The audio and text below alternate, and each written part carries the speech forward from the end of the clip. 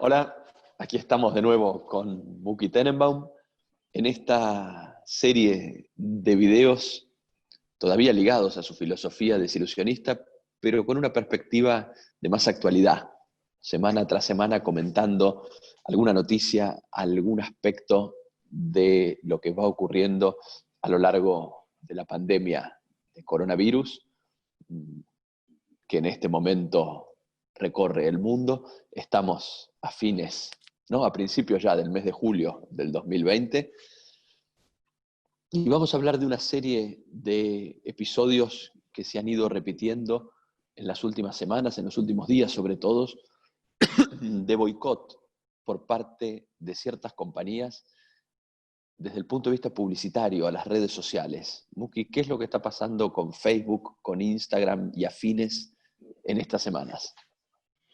Bueno, todo empezó con ¿te acordás que hace un par de semanas hablamos de la obsesión con las estatuas del movimiento Black Lives Matter?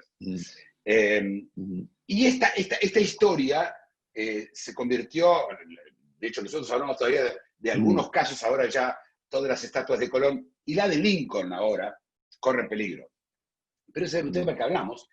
Y uno de los coletazos de esto fue que Facebook tiene, entre sus tantas páginas que instigan al odio racial, al odio contra los judíos, al odio, lo que sea. Y por supuesto Facebook, que es una compañía americana, y que si bien no está obligada, pero lleva consigo el ADN de la primera enmienda americana que da absoluta libertad de expresión, casi absoluta, es decir, los nazis, uno puede decir que es nazis, uno puede decir que está a favor de devolver la esclavitud, si quiere.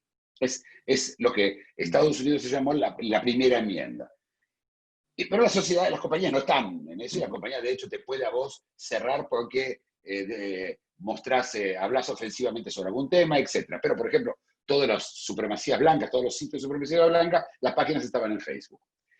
Esto empieza a ocurrir entre los empleados de Facebook, que exigen a Zuckerberg que eliminen las páginas. Él dice, no, nosotros no podemos, porque yo creo en la libertad de expresión y ese es nuestro trabajo. Por supuesto, cuando una compañía cree en algo, permitime que sea desilusionista, y entiendo que cree en ganar más dinero, y me parece que es el trabajo de una compañía. ¿Viste cuando dice la compañía tiene una misión? Esto siempre me causó gracia. ¿Cuál es la misión? Lograr hacer un software que sea popular. No. La única misión es ganar dinero. Legalmente, ganar dinero.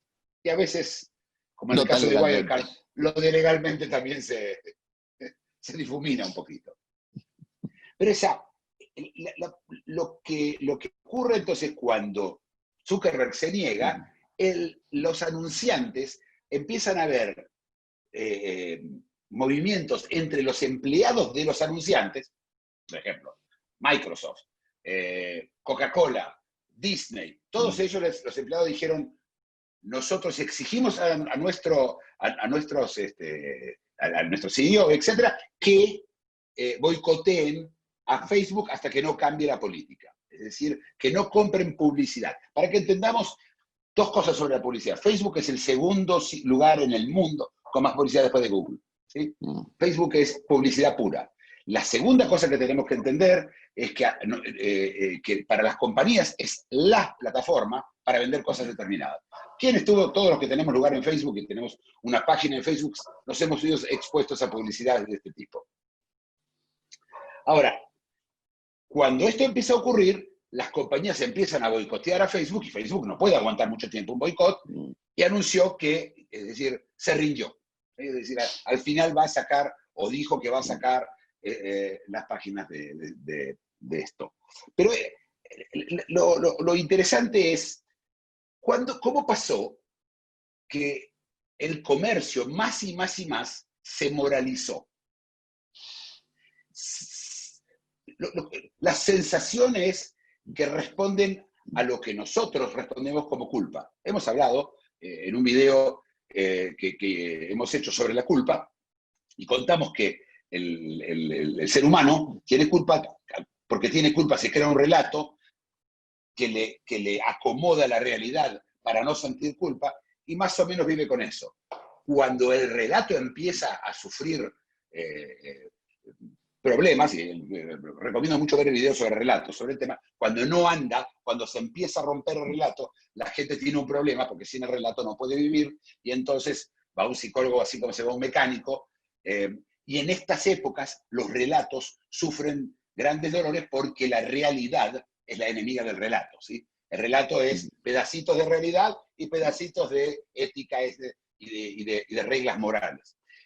Que existen no porque el ser humano sea, según el desilusionismo, según la mirada nuestra, no es que sea superior, simplemente responde al dolor, al sufrimiento, misalgia, ¿sí? Escapar del sufrimiento, de la culpa. Entonces, para no tener culpa, sigue reglas que teóricamente éticas que le permitirían no sufrir culpa. Cuando él no ese dolor a veces es transmitido a otros, es decir, vos le decís a tu hijo no robes, porque si no yo voy a sentir culpa que no te obligué a no robar. ¿Sí? Empiezo a hacer una responsabilidad del otro, ¿sí? De lo que el otro hace, y también me da culpa, entonces yo tengo que hacer algo. Entonces yo voy y le insisto, como uno de los tantos empleados de Microsoft, que Microsoft no ponga publicidad en Facebook hasta que no saquen a los nazis o las que promueven el odio, que empezamos con los nazis y por supuesto no sabemos dónde termina la historia esa, pero desde el punto de vista del desilusionista es igual. ¿Por qué? Porque tanto Facebook es una ilusión como la moral es una ilusión, como la ética es una ilusión, son partes que en el caso de la ética y la moral están dentro del relato, ¿sí? Están mezclados, ¿sí? Dentro del relato. Te iba a hacer una pregunta que creo que en parte respondiste, pero me gustaría profundizar, que a un nivel es muy simple, pero creo que la respuesta puede ser compleja. ¿Por qué ahora? Porque evidentemente estas páginas, estos perfiles que instigan más o menos al odio racial o de otro tipo en Facebook existen desde hace mucho. Y estas compañías están en posiciones de hacerle un boicot publicitario desde hace mucho. ¿Por qué en este momento surge el problema y no hace un año o 3? Primero porque estamos en medio de la pandemia. La pandemia está poniendo a prueba las costuras de nuestros relatos, las costuras de nuestra sociedad, las costuras de donde se acomodó. Porque,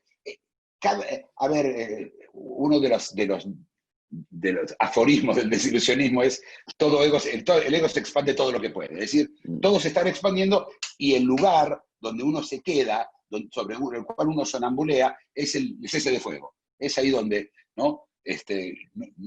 Que se quedaron las posiciones de fuerza. Cuando esto se rompe, cuando el relato se rompe, cuando las cosas alrededor se rompen, ven una oportunidad. Un ejemplo bueno es China, ¿sí? ¿Qué pasó con China que de repente está en conflicto con la India, está en conflicto con Japón, está en conflicto con Tailandia, está en conflicto con Estados Unidos, agarra a Hong Kong, le sacan las libertades? Es decir, todo esto que estamos viendo es porque se están reacomodando las piezas. Hay oportunidades y parte es también los movimientos anarquistas, que de repente vieron que tenían que capitalizaban el enojo de la gente, de tener que llevar sí barbijo, máscara de cara o no. Creo que por eso ocurre esto ahora, ¿no? Pensaba en un factor, sin desestimar esta explicación que das, que es interesante, pero en un factor del que también hemos hablado en otros videos, que es que una estrategia posible frente al sufrimiento es la mera distracción, es simplemente prestarle atención a otra cosa que no sea la fuente del sufrimiento. Y me pregunto si este no puede ser un factor que se agrega, en este caso, a la crispación de la que vos hablás. Es una manera ocuparse de boicotear a Facebook para que en sus perfiles no se instigue al odio racial, es una manera de no pensar en el contagio, de no pensar en la transmisión, de no pensar en la enfermedad, ¿no? Primero, claro, por supuesto. De hecho, cuando hablamos del tema de las estatuas, lo mencionamos. Hay algo, ya ahora puedo pensar en la esclavitud, en toda la historia de la esclavitud de los negros en Estados Unidos y en general de la esclavitud, del trabajo esclavo y la prostitución y lo que se me ocurra, para no pensar en lo que está pasando, que es el COVID. Y es tal la sensación de descontrol. ¿Viste? Se sienta este bicho. Y si vos levantás un minuto el pie del pie del acelerador, mirá, los casos que estamos viendo, por ejemplo, de los rebrotes, ¿sí? Abren las fronteras, se empiezan a ver rebrotes. Israel, que estaba en un estado de 20 o 30 casos por día, está ya en un estado de 2000. 2000, en nada. Es decir, cuando vos levantás el pie del freno en esta historia, es cierto, lo están comprobando, pero eso causa mucha ansiedad, porque lo primero que dijo la gente, y yo lo veo en Francia, ahora estoy en Francia, yo lo veo en Francia, la gente anda todo el mundo, anda sin máscara, sin nada, ya está, ya ganamos. Tengo un amigo que dice que se abraza a la gente cuando que vaya, bueno, acá no se abrazan por el tema del COVID, todavía no, pero están todos contentos, juntos hemos vencido al virus, y no se venció ningún virus. Está claro. Y aparece la épica, porque estamos luchando y lo logramos. ¿Por qué lo logramos? Porque fuimos héroes y nos quedamos en casa. Todo esto que tiene todo es decir, es un relato contarle a la gente que es para mejorarle ese relato, sentirse héroes. Pero quieren sentirse más héroes. Entonces ellos también van a conseguir que se revise la historia entera.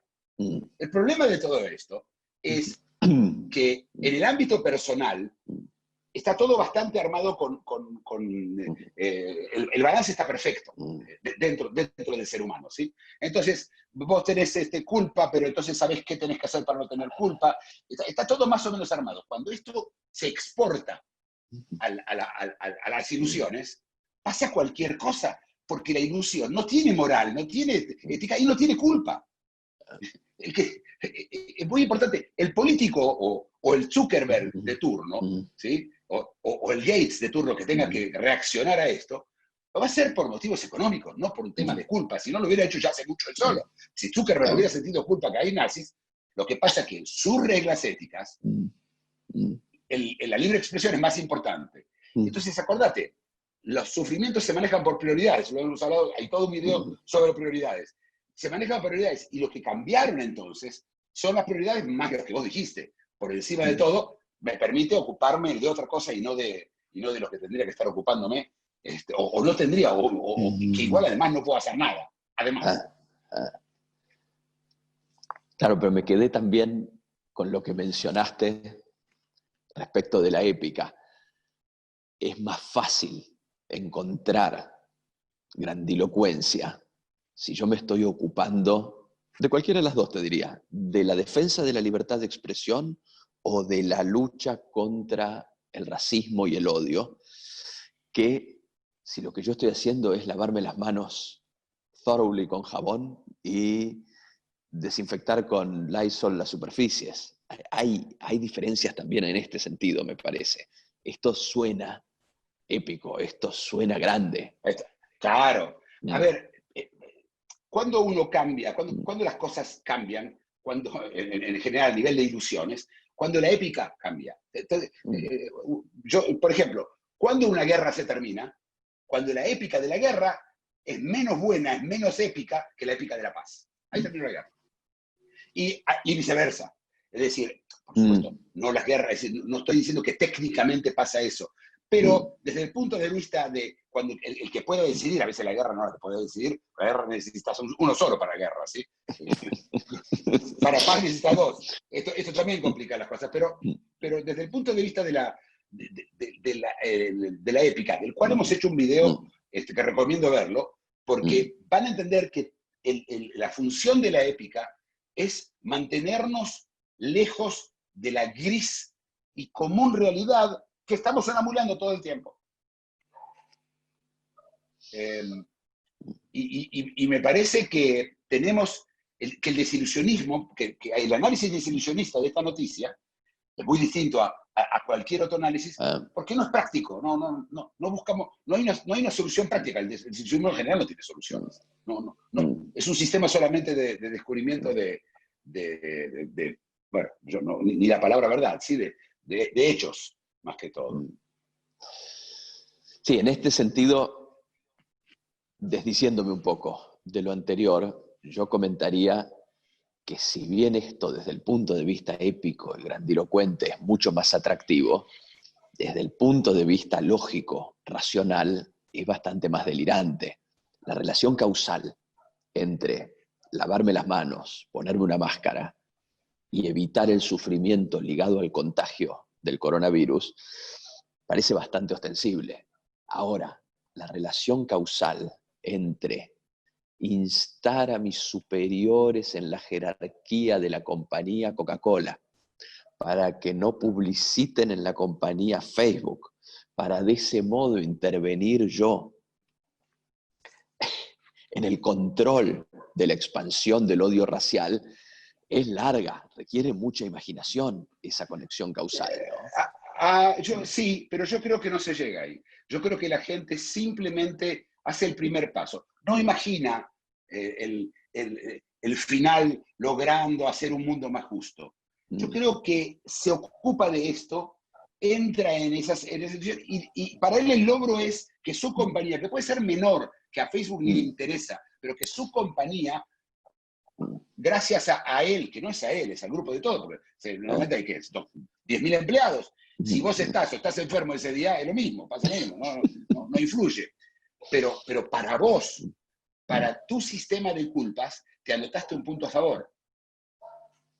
Y después, bueno, puede ser que te digas, gracias a mí pasó esto, pero yo creo que no. Creo que los logros son chicos, no tan grandes. Por eso la relación causal no tiene que ser tan importante. Alcanza con que yo, junto con la gente, como yo parte de ellos, logramos convencer al directorio que no haga publicidad en Facebook y que se una al resto de todas las otras compañías que lo hacen. Por supuesto que la primera compañía fue más difícil y ya la décima, bueno, ya quedabas afuera, ya es al revés. ¿Sí? Claro. A la larga hay un comportamiento también inercial en este sentido. En tus términos, ahora sonambuleamos boicoteando a Facebook. Ni siquiera Así hay que es. decidirlo ni pensarlo. Claro. Acordate, la meta es sonambulear. La meta es lavarse las manos, ponerse la máscara y sonambulear. O no ponerse la máscara y sonambulear, porque no puedes sonambulear con una máscara. Y yo digo que lleva tiempo hasta que puedas sonambulear con una máscara. Un cirujano lo empieza haciendo y después ya lo puede hacer. La gente normal no anda con la cara tapada en el calor, del frío, de la lluvia, y eso es lo menor. O sea, aparte no se te ve. Alguien dijo que leí algo curioso, que lo bueno de la máscara es que se ven los ojos. Los japoneses usan máscara. Hay un artículo excelente de Japan Times que salió hoy que cuenta que la gente en Japón usa máscara para que se le realzarse los ojos. Mirá el trabajo que se hace del estético, ¿sí? Que al final resulta en que Japón tiene bastante controlado todo, ¿no? Acordate que todo empezó, ¿te acuerdas? El barco de Japón, ¿sí? El famoso, sí, el barco ese, así el crucero del comenzamos. amor, como lo llamaban. Sí. Bueno, excelente. Seguiremos con estos análisis de coyuntura, de actualidad. La semana que viene. Y por suerte hay suficientes noticias para analizar. No hay peligro de que nos quedemos sin tema. Gracias. Chao. Hasta luego.